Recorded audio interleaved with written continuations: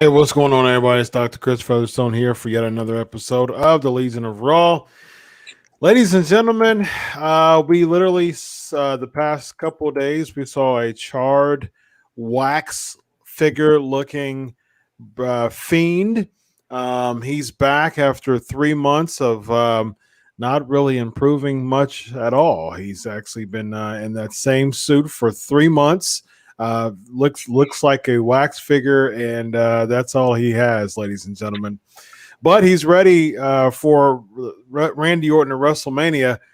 Vince Russo, are you excited about Wax Fiend? Uh, the wax poetic fiend here. Chris, yeah, you always show your age, and I always show my age, because it's clear you're about 20 years younger than me. Indeed. Because what you saw was a wax figure, okay? Yes. Yes. What I saw was the Toxic Avenger. Okay. Did you ever see that movie, bro? I'm not. No. Bro, I swear to God, somebody saw that figure and decided that's what the Fiend's going to look like. He looked exactly like the Toxic Avenger right out of the 1980 something movie.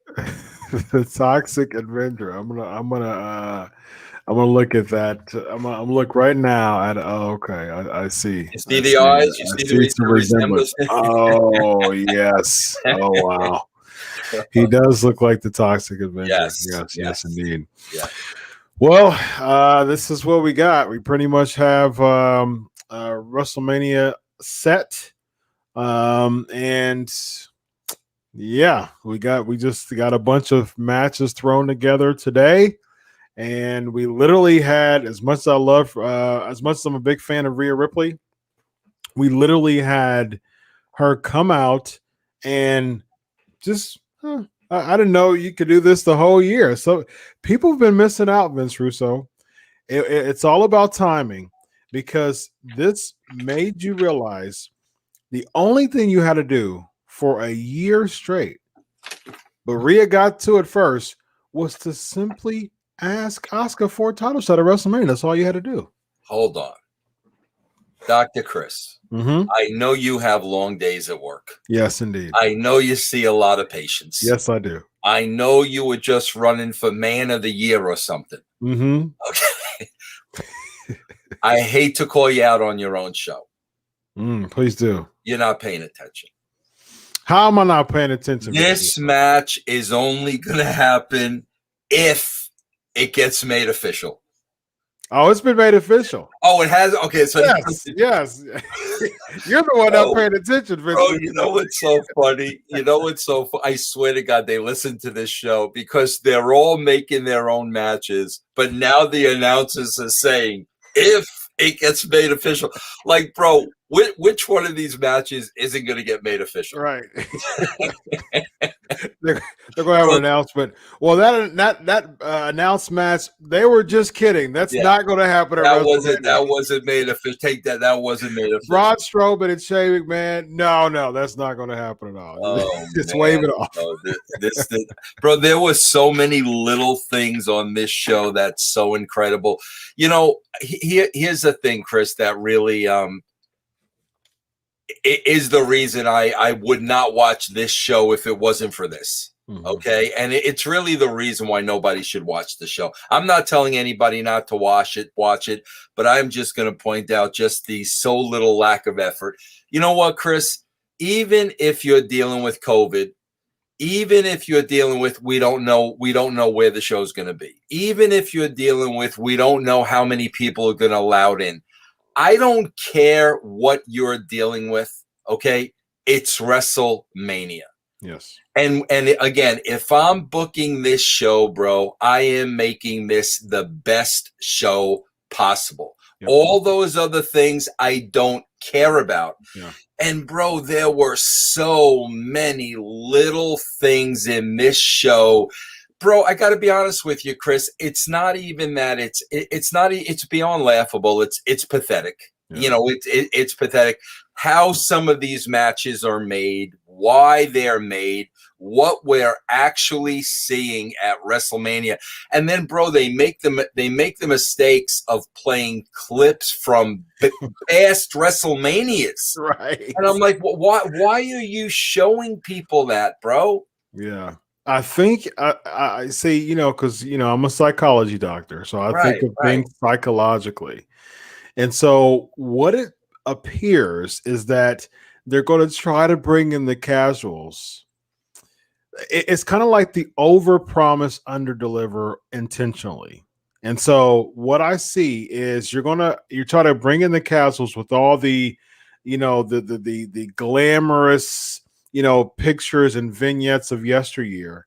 Oh yeah, is it still like that? Oh, that's gonna bring me in, and then that's gonna cause some. There's gonna cause some. I doubt if anyone, but their hope is okay. Well, that'll cause some people to come back, and what will happen is we'll just go ahead and we somehow are going to think that we're going to deliver to the credit of that, or we just want people to come in and just show the network people, see, this is how many people we got for WrestleMania. They're going to bring people, oh, you see all those WrestleMania 17 and WrestleMania 3 and all those things. Oh, yeah, we're going to bring you back in. And then they're going to drop like flies, like they do typically every year after the Raw after Mania. They drop like flies by the millions. Chris, you get the feeling, and I they've been doing this for a long time, bro. They've really been depending on past merit. And I think they've been doing this for a long time. Bro, I got to tell you, I don't know about you, Chris, but to me, I think that is worn off. I think they have played that card way too many times now, to the point of, it's the boy that cried wolf. Mm-hmm. And I'm telling you, bro, I think they are at the point now where it's guys, enough. Yeah. We're smartened up. It's over. It's done. And I mean, bro, at the end of the show, when they're showing the graphics, which they totally messed up. I don't know who was controlling those tonight, but I was like, really? Really? Yeah. That's WrestleMania for you, ladies and gentlemen. We're going to start off with a rematch of Bobby Lashley versus Sheamus, as if we haven't seen this match about like last week. Well, they opened the show with the same match they closed last week's show. Yeah. It goes to show that this was the greatest thing about last week, and this is the first segment. It just gets moved over to the first segment as if no one realized that this was the main event of last week. Lashley wins, but the angle of this is, does the Hurt Business break up? Because the Hurt Business helps Sheamus, and so then eventually goes backstage and says, well, you're tarnishing the reputation of Bobby Lashley because you helped him win the match. And so, I mean, just from a standpoint of a few weeks, you go from the tag team champions, you get pictures of MVP and a cane sitting down, Lashley behind them, tag team champions to the sides. And it goes from that in a matter of weeks, all leading into WrestleMania. You do a whole different turn, throw away the Hurt Business after all the equity they've built since late last year. Well, Chris, remember, we came on this show last week and we said verbatim after they lost the titles, and then remember they disappeared so AJ can cut the promo, and we said verbatim, why is Lashley hanging around these losers? Remember we said that? Yeah. Somebody's definitely taking notes on this show, because that's why they covered it this week. But here's the funny thing, Chris. Think about this for a second. They cover that because we said it on last week's show. Mm-hmm. Bro, the first scene here in the first segment, okay? Lashley and McIntyre are going back and forth. Lashley clearly wants McIntyre, and it's MVP that's saying it's business. You know, what was he saying? Business, not emotion. Business, not emotion. WrestleMania, business, not emotion. But Lashley clearly wanted McIntyre. Yeah. Bro, by the end of the show, he was looking to recruit somebody to put a hit on. Wait a minute. You just wanted the guy at the beginning. Now you don't want the guy. Yeah. You put a hit. Bro, do they not watch their own show? Inconsistent, man. Just inconsistent. You know, I love when you point out those inconsistencies, because I really hope WWE is taking notes and watching the show, because I love the fact, because you were the head writer in the most successful part of WWE history as far as ratings, and I really hope that they take notes as far as, if you're noticing the inconsistencies, just think about the people who are trying to come in as casual fans. I don't even think that exists anymore. I don't like it. It would be hard pressed to convince me that there is a such thing as a casual audience outside of maybe a few weeks before Mania, or maybe a month before Mania. I'll give you Royal Rumble tops just because it's the Royal Rumble.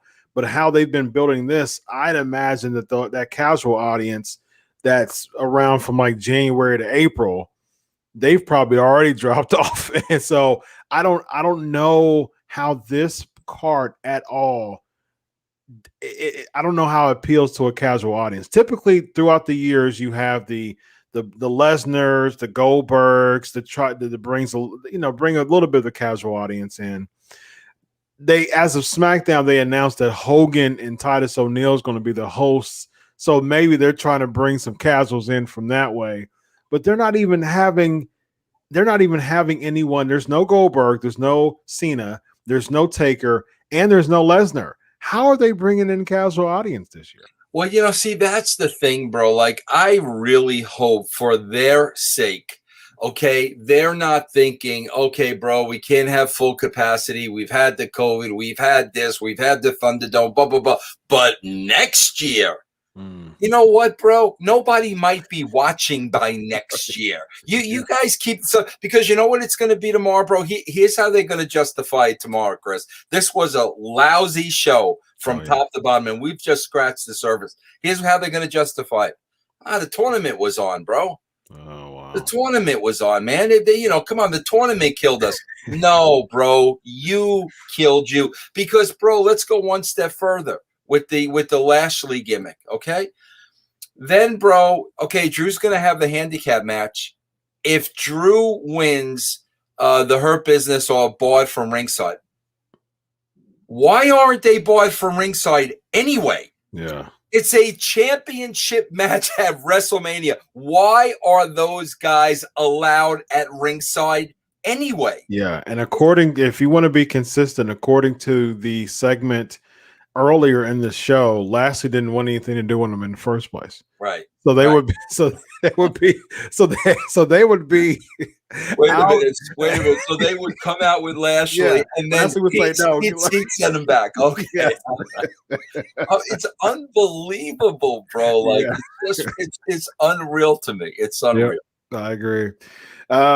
We get so in that segment, McIntyre makes a save somehow. That confused me too.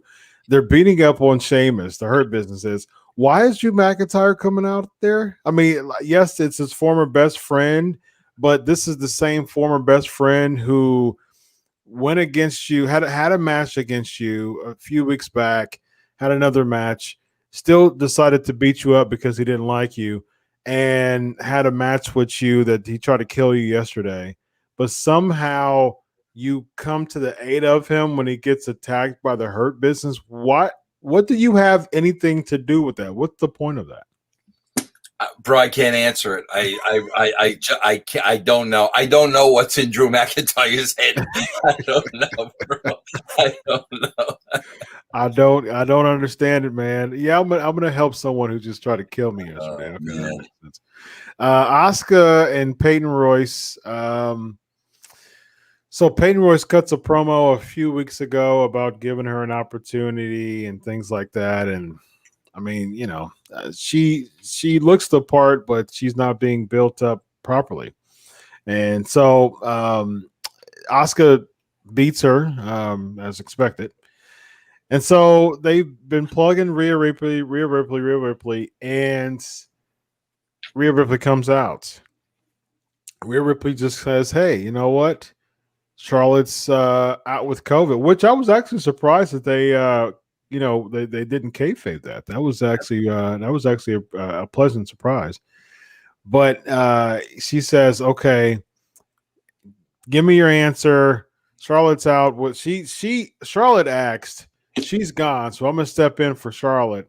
Now I want a match at WrestleMania for the Raw Women's Championship. I haven't wrestled a single match on Raw, by the way, and a third of the audience know me from NXT, and I've made a couple other appearances. And you may know me from last year. I was on WrestleMania last year when I went against Charlotte, but I lost though.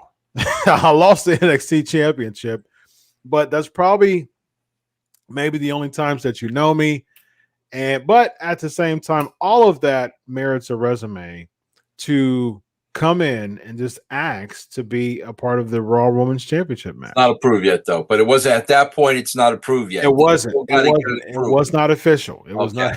It was not official. Yes, Chris. There are two things that are really striking me with this segment, and I hope I don't get us in trouble. I don't, bro. I don't think I'm saying anything that any guy at home is not thinking. First of all, we got to remember this is a male-dominated audience. Okay, we have that's who we're catering to, a male audience, 10 o'clock at night, whatever it is. Okay, bro. Two things. First of all, I'm Rhea Ripley comes out, and I'm supposed to be excited about this match as a guy that doesn't watch NXT.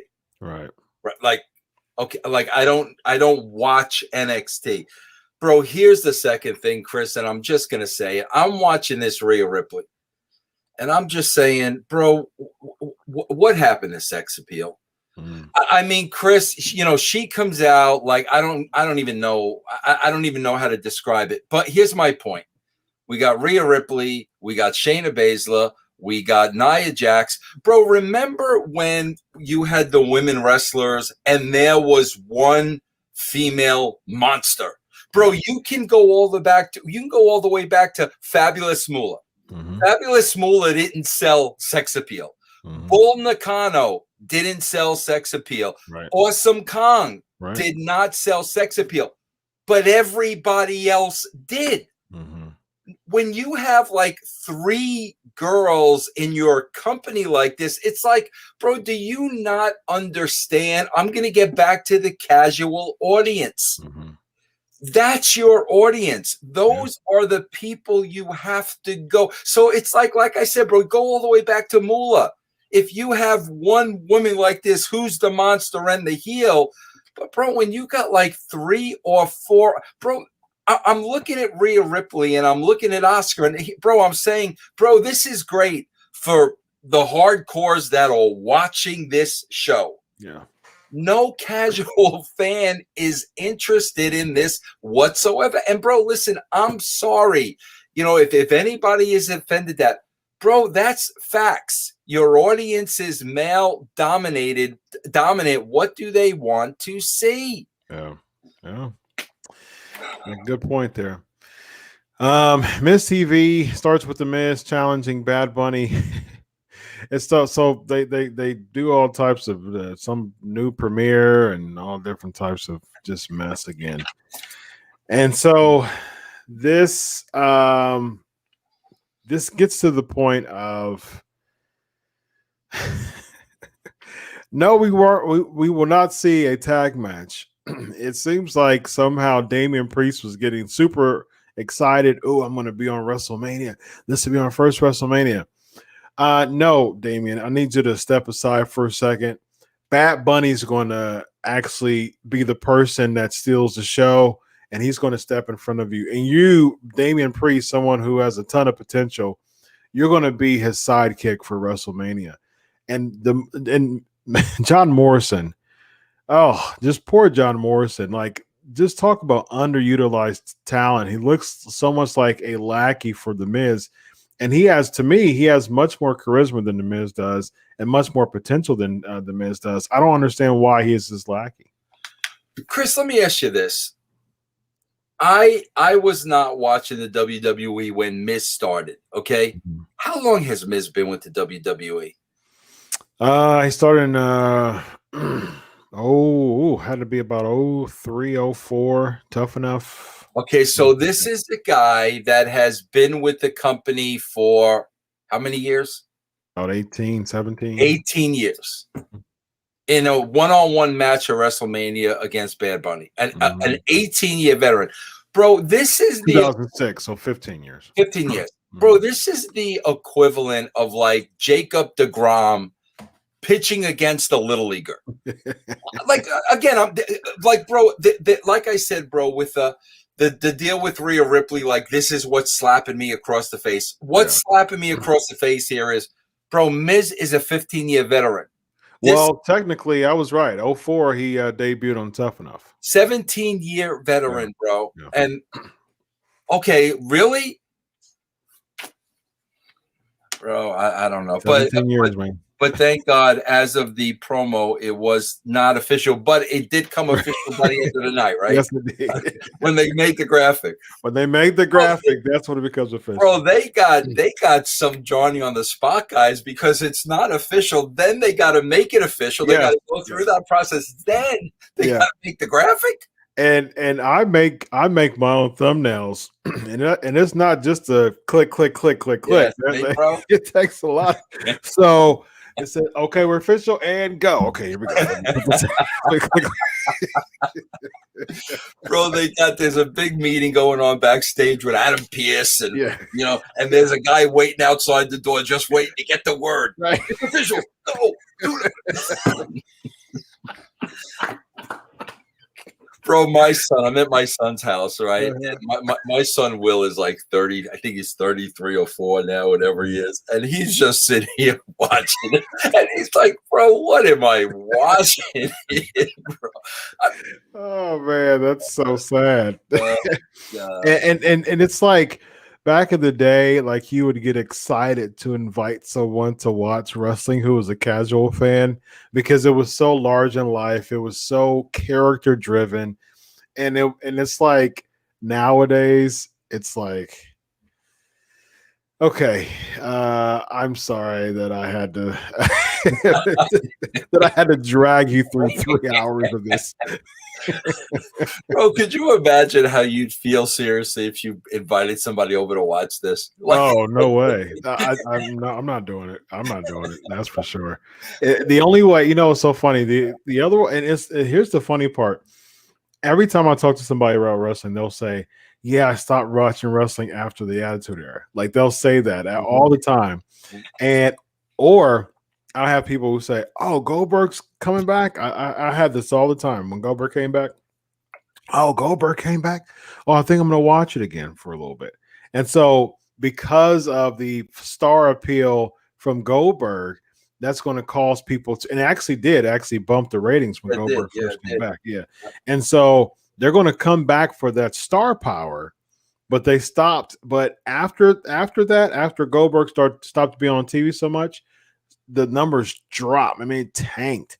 And it's like that goes to show that the WWE doesn't have that residual ability to create a star. You have people at your expense, at your service, at the palm of your hands watching Goldberg. That's the perfect opportunity to build another star for at least 2 months. And Chris, we would know that too. We knew after every pay-per-view we were going to have a big audience, and we knew we got to grab these people. This may be a once in a lot. We got to grab these people. And it's like you said now, bro, the show after Mania does a number. They do nothing. And the next week, we're right back where we started. Yep. Absolutely. And so Kofi Kingston defeating AJ Styles. I personally was a fan of this because I like Kofi, and I'm glad that he actually got an opportunity to get a win. The only problem I saw with this is that this will probably cause AJ and Omos, Big Ninja, they're probably going to win the tag team titles. Well, I mean, Chris, that finish had to bother you where AJ was distracted by the trombone. Yeah. I mean, like, bro, like, how many years has AJ been wrestling that he's ready to finish the guy? And, yeah, he's pushing 25 years, I believe. I think he started like around 97, 98. Yeah. Yeah, I think they're gonna put the belts on them too. Yeah, but why though? Why are you doing that to Amos? I mean, are you really putting so much faith in Amos that you're willing to put a strap on him? And I won't be surprised if they put it on Rhea Ripley either. Yeah. I don't understand why they're just spending so much time. Like, where's the build? I just, when I saw this Rhea Ripley announcement, when I saw Kofi winning, and I'm like, oh yeah, they're putting on Amos. How am I buying it, and why am I buying into these characters? If you're already going to, and especially Rhea Ripley, she's supposed to be a babyface. So like, I'm supposed to buy into the chase. I'm supposed to buy into the characters from Chase. If you're already plugging the title on people who are literally wrestling their first match as a main roster competitor at WrestleMania, and you give them a championship, what am I buying into? If you're the champion already, it just doesn't make any sense at all. And bro, like, you know, I would hate to think that, oh, okay, bro, we're gonna take the belt off of Oscar because the ratings are in the can because of Oscar. Oh, okay. Right. So bro, I'm telling you, that's their mentality, bro. It really is. Wow, it really is, bro. Yeah, it really is, bro. Yep. We forgot the Miz defeating Jeff Hardy. What in the world is going on with Jeff Hardy, Vince? Is he at the point where, and he's on interviews now saying that he still have a goal to be world champ, which everyone should have a goal to be world champ, but it just really seems that they're phoning it in with Jeff Hardy. I wonder if it has to do with Matt being in AEW. I don't know, bro, but you know, Chris, I have to tell you, man, like, again, I hate to bring this up, bro, but when I was writing, you know, bro, there was a respect for a talent that fell in the category of Jeff Hardy. Like, bro, you're not going to put the guy out there to do a job when there's 20 other guys that could do a job. You're just not going to do it. I mean, he's going to have a level of respect, and we would not write his name in. Right. But like I said, bro, there's so many other people on that. Why not Drew Gulak? Right, exactly. Well, those guys that were in that locker room. Well, he was one of the guys that's going to be on the hit for McIntyre now, so he's busy. Oh, he's busy now. Yeah, he's got it. But he's got so many people over there chasing that 24/7 championship that they can use instead of Jeff Hardy. I don't understand why they continue to use Jeff Hardy. He's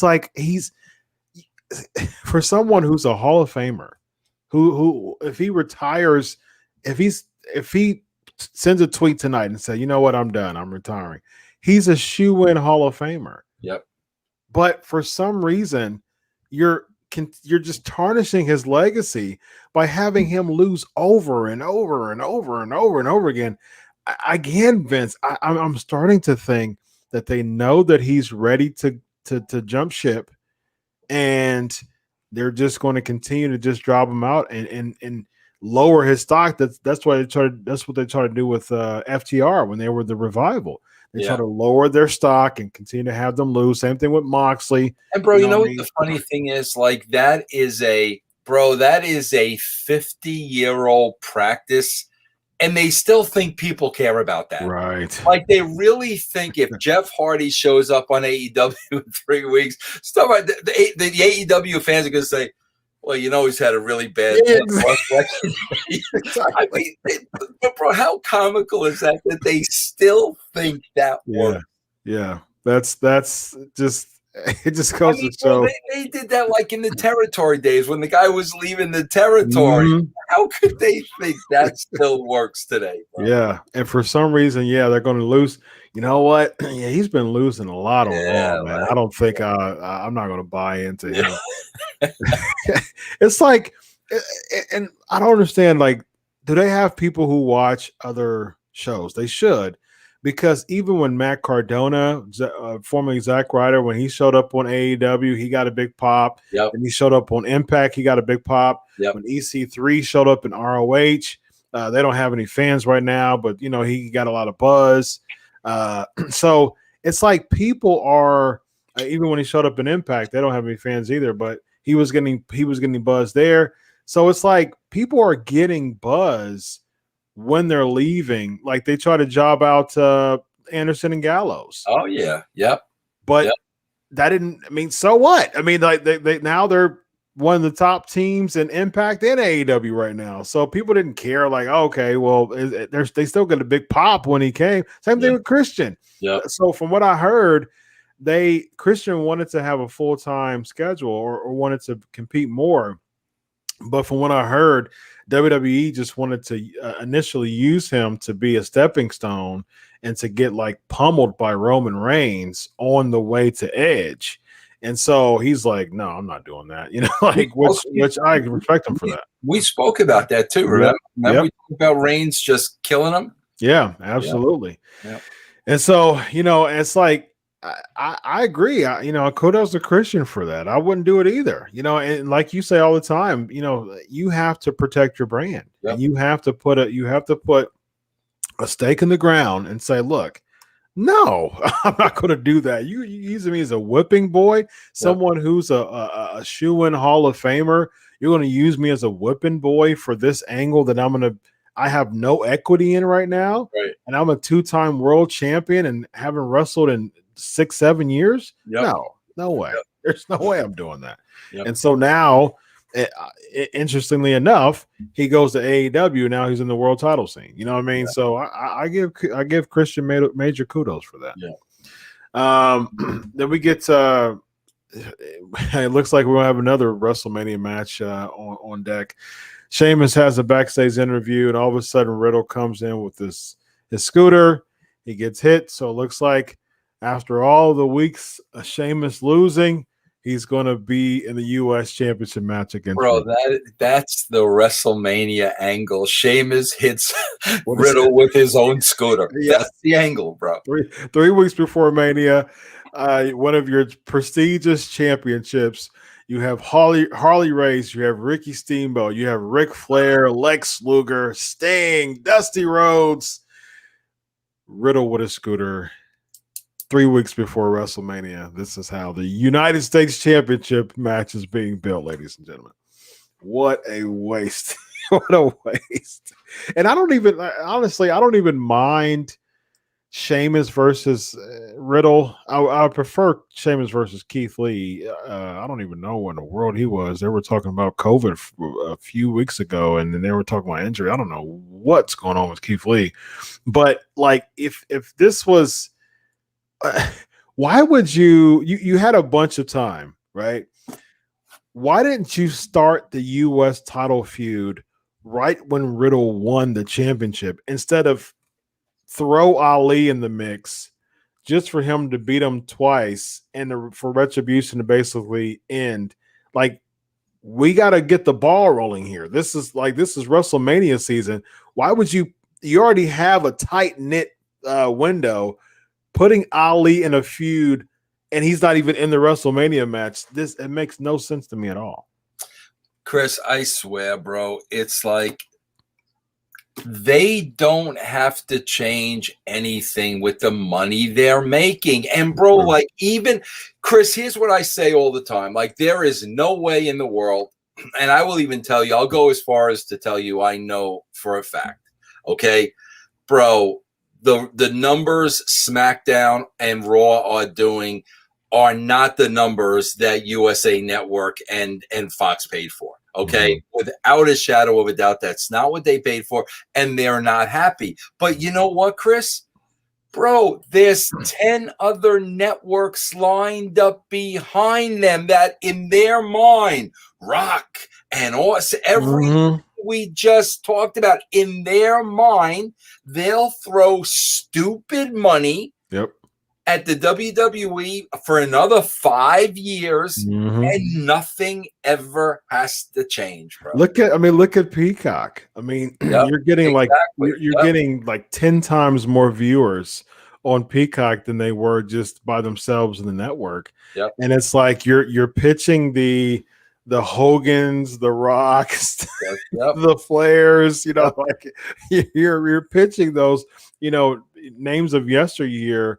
Of like, see, look, here's, and then you pop Ric Flair in an angle for a few weeks. See, look, there's Ric Flair right there. That's there's it. Charlotte's Charlotte's that right there. You see him right there. He's in segment 3. There's Ric Flair. It's like, wow. Hogan's going to announce, WrestleMania. See, this is what we're talking about.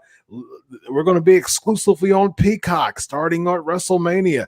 Hulk Hogan's going to announce WrestleMania. See, this is what we're talking about, NBC. And they're like, oh, okay, that's Hulk Hogan. He's still around? Oh, okay. I'll put some money for Hogan. And it's like, meanwhile, the weekly fans are like, oh my goodness, here we go with this again. It's like it reminds me of like some like bogus teacher who's like super rude and mean to the kids.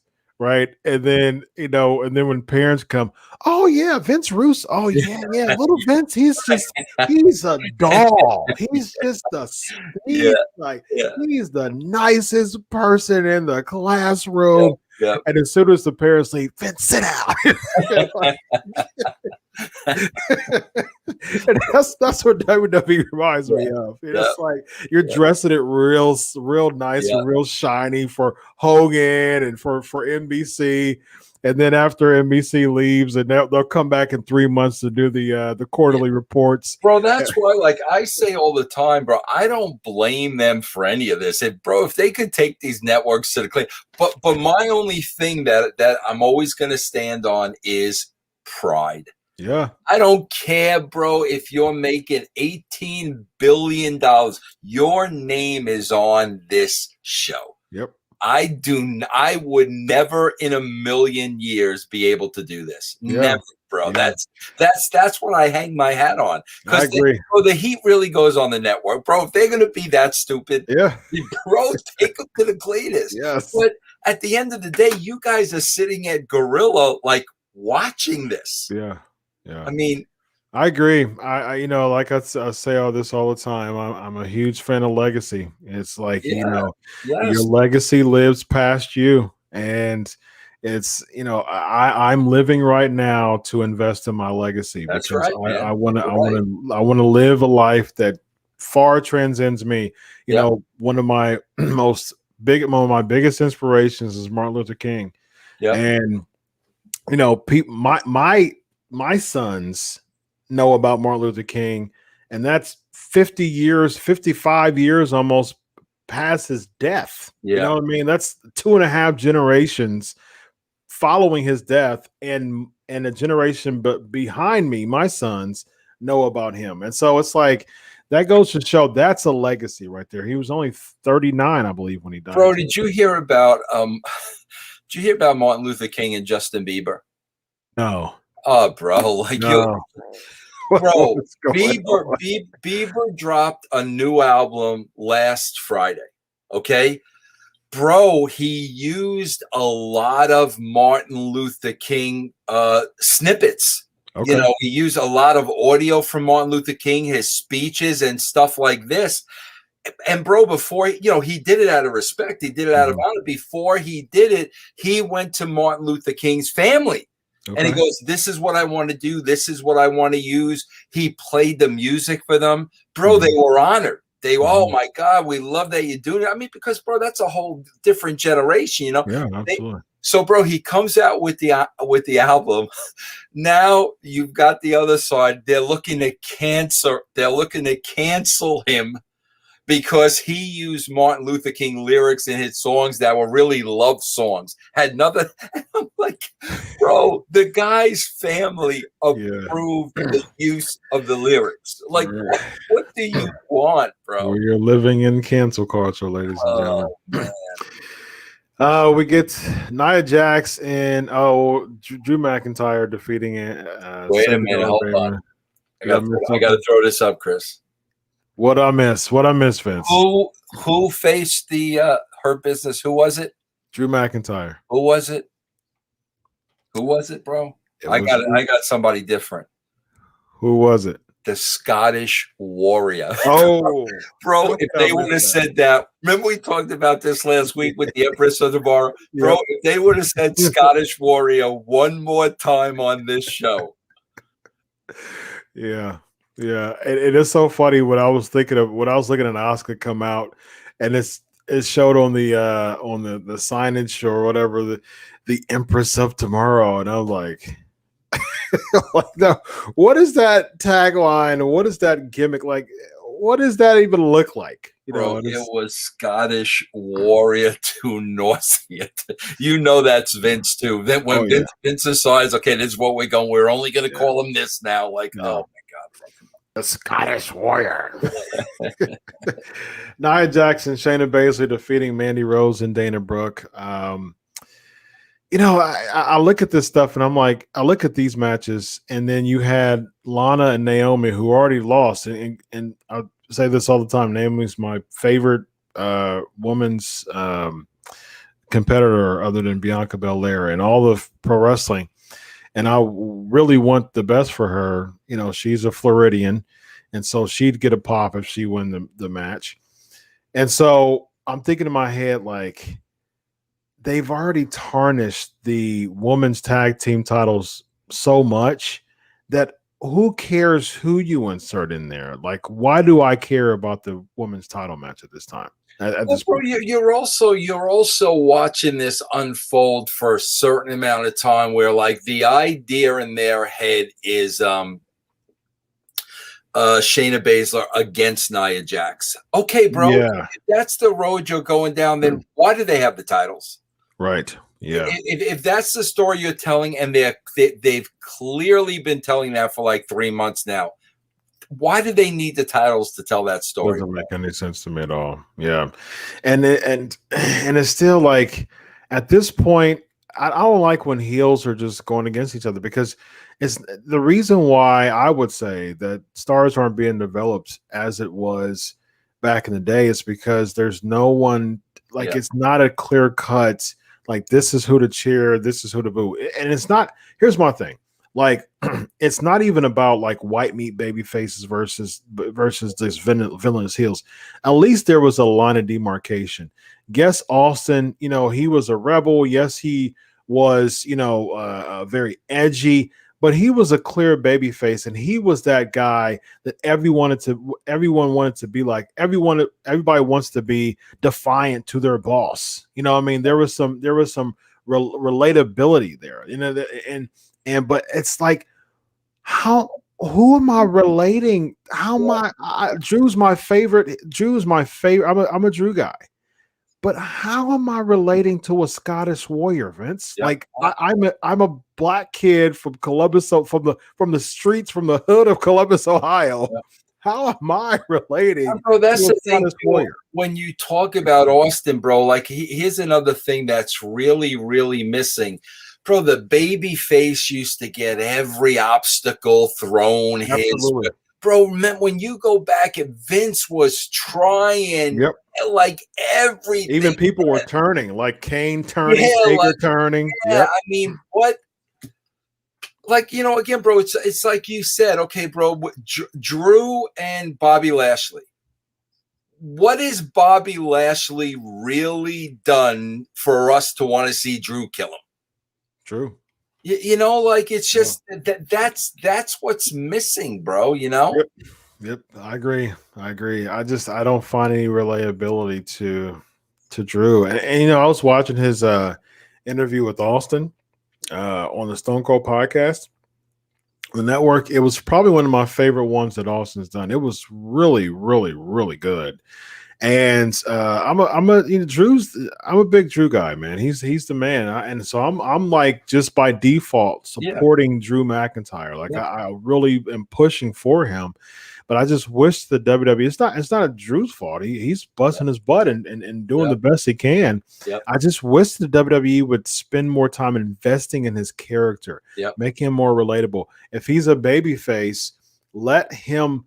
You know, you don't even have to work from underneath, so to speak, but at the same time, at least make him relatable. If you're not going to book him to work from underneath in the chase, at least give him to the point of being defiant and being, someone who's no nonsense. That's how Austin worked from underneath. He wasn't working from underneath as chasing, as far as being an underdog. He was working from underneath of saying, you know what? okay, you're gonna cost me this match. Okay, I'm stunning you. I'm stunning you. I'm stunning you. And now coming back in this segment, I don't care who's fighting. I'm gonna stun both of you. And that's how he was working from underneath. Are you suggesting Bobby Lashley needs to steal the sword? Yes. And the kilt. And the paint. Does Lashley need to get heat on Drew, go up to the stage, pull out the sword, and leave with it? Is that what we're looking for? Yes, because that when he pulls the sword out, the fire stops too. So he pulls the sword. It's probably going to be like slanted because Drew never puts the sword down Excalibur style. But it's like I was watching Fastlane yesterday, and every time he does that, I'm like, Drew, just let it go, man. I mean, it's just because he's real intense. Like he's just an intense guy. Yeah. And so when he does it, it's like it makes the whole gimmick just look so weird. I swear to God, Chris, you probably didn't see this because it wasn't really promoted or anything. But like, bro, I watch MLB Network like all day long, And bro, it's going back now like 6 months. Drew was on there. He was on MLB Network. Bro, he came across as such a likable guy. Bro, you know how sometimes in TV you're scheduled for one segment, but it's going so good? That's what happened. They gave him one segment. Bro, he was such a likable guy, talking baseball, getting along with them. They gave him and I'm like, why is it so hard for him to be that guy on your show? Yeah. What is so hard about that? I agree. 100%. Yep. Next we get Braun Strowman defeating Elias yet again, as he did yesterday. Yesterday, Shane McMahon goaded on Fastlane. Shane McMahon goaded Elias to be a part of, to take his place to go against Braun Strowman. Now all of a sudden they're singing together. So we're talking about inconsistency. Why would I sing with someone who goaded me into wrestling a monster? And so somehow that leads to Braun Strowman once again. And here's what the best part, because we talk about our best parts of the show, right? The best part of Raw is the investment now. Not only are they really putting all of their heart and soul in Braun Strowman, he's actually getting the train sound effects now when he does the he does the circle around. Bro, I swear to God, this was one of the segments where my son stopped in and he saw the Braun is Stupid song. And my son, bro, I'm not egging him on or anything, bro. I'm just taking notes because I know we got to do this show. And bro, my son bro, keep in mind, bro, this is 10:45 now. Yep. This is at the very end of the show. My son turned around to me. He goes, Dad, if you are over 10, how could you think you'd have to literally be 10 or under to and bro, 10:45 at night is singing Braun is Stupid. Yeah. My gosh, bro. That's a good point. Yeah, and who do you expect to be? And I've told you before, their median age, as of about a couple years ago, and as far as I know, it hasn't changed. A couple years ago, because I did a pretty extensive piece on it about a year and a half ago, their median age was 54 years old. And so, it's like, you have the 18 to 45 demo, which is the main demo, but WWE is even past that, you know what I mean? And so it's like, if you know that your median age, if you know that your demo is 54 years old, why, like, what 54-year-old is okay with Braun is Stupid and then some sound effects of a train? Well, Braun is Stupid, the sound effects, the Riddle with the scooter. Yes. The other dude with the trombone. Yes. I mean, bro, there's a million things we could point out that it's like, bro, you guys are on from 8 to 11. Yeah. Like, do you not understand that? Chris, I swear, I remember when we went full-blown Attitude Era. Mm-hmm. Bro, at the beginning of the Attitude Era, do you know who the #1 sponsor was? Who's that? Taste the Rainbow. Oh, Skittles, yeah. And bro, I remember Vince bringing the ad guys in. Bro, kill the Skittles ad. We can't be doing Taste the Rainbow on this type of a show. And bro, he left money on the table, but Vince was, bro, with the direction we're going, we'll get 10 other avatars. We have nothing to work. But now it doesn't matter. Yeah. Just Yeah. it's That's a good point, weird, bro. It's weird. That makes a lot of sense. It's like nowadays you're just kind of grasping for straws. Like, yeah, we had enough in the bank at that time. We had, way more million viewers. We had 3 times more viewers then than we do now. And so now it's like Skittles. Oh yeah, absolutely. Yeah. Bring them on in. Yeah. Good to see you, pal. Next we have Randy, the Randy Orton segment. Alexa Bliss teases again. Then the Fiend teases. There's he comes from the dust and gets Randy Orton and his sister Abigail. Vince, every time I see these things, I'm saying Randy Orton's going to beat the Fiend at WrestleMania. Because if you think of it, Vince. Every week, Alexa Bliss goes over Orton. Every week.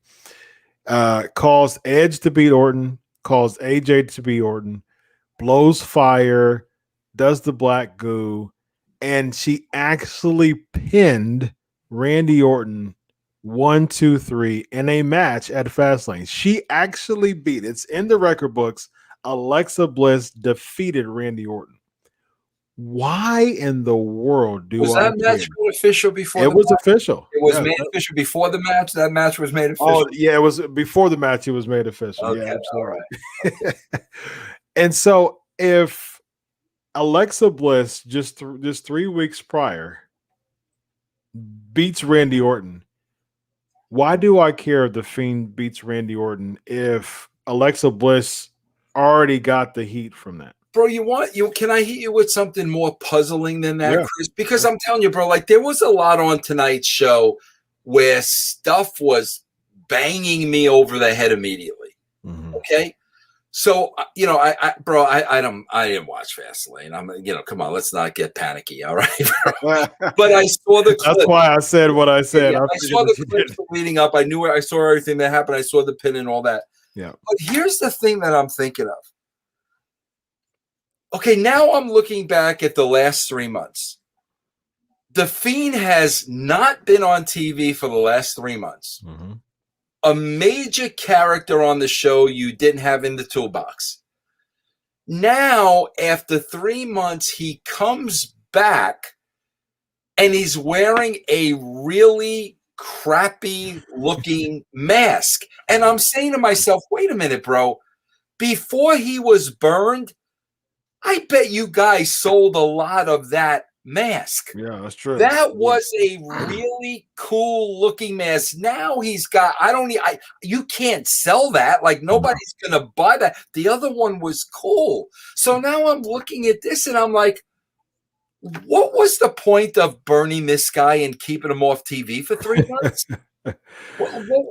Because they realize that they cannot plan or write efficiently with the character still on there for a long period of time, which they should, because you should have stuff penciled in, which I've been told by many, Hall of Famers, WWE Hall of Famers that I've interviewed, that they pencil things in, and this, at around Survivor Series the previous year for the following Mania. So give us about a 4 or 5 month build.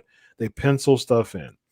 And so that idea is just, we're making matches official literally 3 weeks, a little less than 3 weeks before WrestleMania.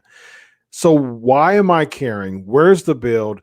And when I see this, it shows me they didn't have anything to keep me interested within 3 months. They just wanted to burn them and get them off because they didn't have anything else. Chris, look at this.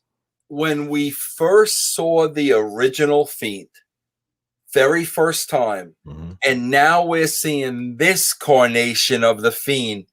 You're not going to tell me that the first time we saw him out of the gate, he was 100 times stronger than the Toxic Avenger we saw tonight? Think about that, bro. Like, it's like you've got this hot property that you just dose a bucket of ice cold water. Like, it was SummerSlam a few years back, and he just annihilated Finn Balor. And so, like, he no-sold everything. I love that about his character. I remember at the that time. Bro. He no-sold everything, and that's when, because he started feuding with Seth Rollins a little bit after that. And I mean, he hit him with the club on that Hell in a Cell match. He hit him with a bunch of chairs. He hit him with everything, and he would just pop up. He just no-sold it all, you know. And I was like, see that right there. That's something, you know, that's creative. That makes a character. Bro, I swear, like, again, being a writer, man, and having to take full responsibility, bro, to me, it's like, you know, you're writing The Office and you're writing Michael Scott, and all of a sudden, what's Michael Scott going to do this week? Man, we really don't have anything from him. Leave him off the show. Like any show, like put the top star of any show in that spot. Like it blows my mind, bro. Somebody's got to be held accountable, man. I agree. Yeah, I mean, so much money on the table, just wasted with not booking the Fiend properly. So let them know about the brand, my man. Yeah, everybody, I have two platforms for Podcast Bro, russosbrand.com and patreon.com/Russo TWC. There it is right there. I mean, dozens and dozens of shows with, you know, personalities that you know, guys, very inexpensive. Check it out, bro. Join the fun. Awesome, man. You've got a lot. You've got an all-star team on your on your brand. You've got the franchise. You've got just incredible, right? Bro, I just had to do I just had to do our taxes like we all did. Bro, I could not believe I had 15 people on payroll. Wow. That tells you how many shows. Like, I was like, wait, I got to do how many 1099s? What? 15 people, bro. Wow, I was very proud of that, bro, because that was part of my mission statement when I started. Yeah. I want to be able to give these wrestlers and these great performers an outlet than having to step in a ring when they're 50, bro. You know what I mean? That was part of this. Kudos to you for that, man. That's awesome. Yeah. And so, you know, fans, that's even more of a reason to, you know, to invest in Vince Russo and the brand, because, you know, he's literally giving people an opportunity. Instead of, you know, being in the ring, you could just roast what you watch instead of having to get paid to be in the ring to wrestle. Right. Like, I really don't want to be in the WWE right now, but I need to pay for my family. You know, no, I'll just work for Russo. Yeah, I'll just work on the brand and just roast it every week, and I'm good. I can pay my bills that way. It's been a pleasure, my man. He's Vince Russo. I'm Dr. Chris Featherstone, and you have just witnessed another episode of the Legion of Raw. What a rush! Raw. Goodbye.